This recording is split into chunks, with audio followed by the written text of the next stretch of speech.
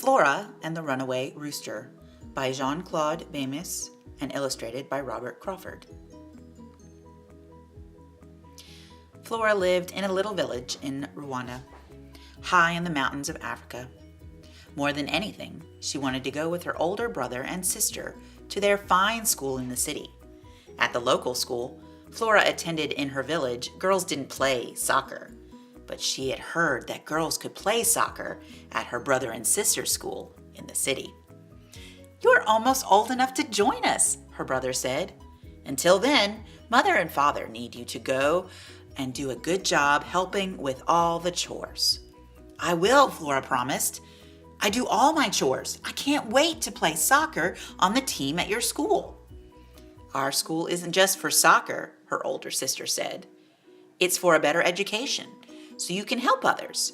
But first, you have to help here at home." "I know," Flora said. "I'll feed the cows and take good care of our chickens." "Watch out for the rooster Kubika," her brother warned. "He's always looking for an adventure." "Just like you, Flora," her sister laughed. While her brother and sister were away at school, Flora helped her family. She knew her brother and sister were able to go to the fine school in the city because of the cow her father had received several years ago from Heifer International. Because of that gift, they now had many cows and even chickens to earn money for her family. One day, after school, Flora was practicing soccer when she should have been minding her chores, and the adventurous rooster, Kubika, got out. By the time Flora realized it, Kubika was already strutting down the street through the village. Flora raced to catch Kubika.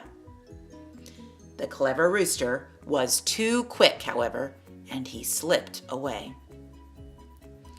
Flora hurried after Kubika and nearly caught him when, wham! She ran into her friend Gideon. Unlike Flora, who was able to attend the local school, Gideon's family couldn't afford to send him to any school. He worked hard every day, delivering milk on his bicycle, hoping to raise enough money to pay for the school uniform and books. "Where are you going in such a hurry?" Gideon asked her.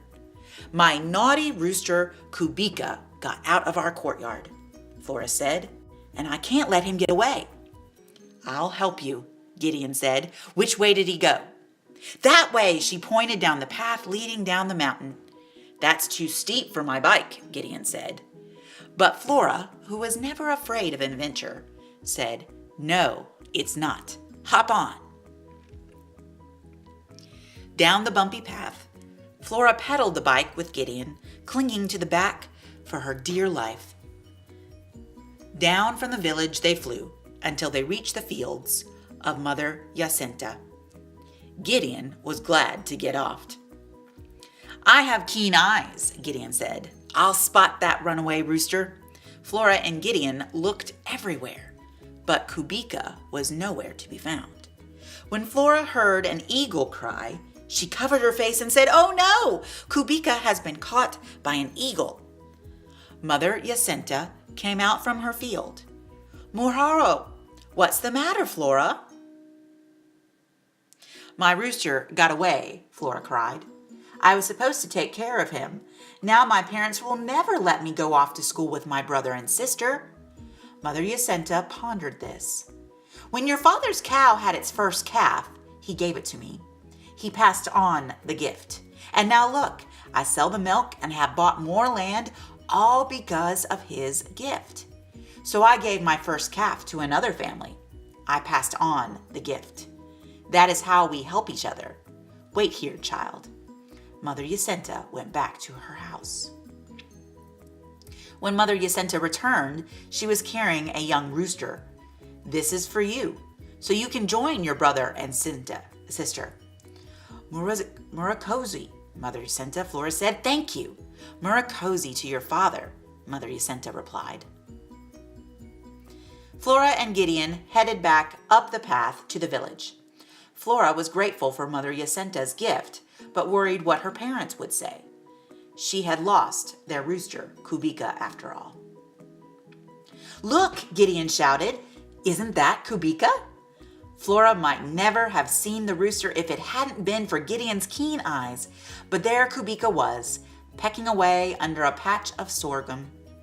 Flora and Gideon weren't the only ones who spied him.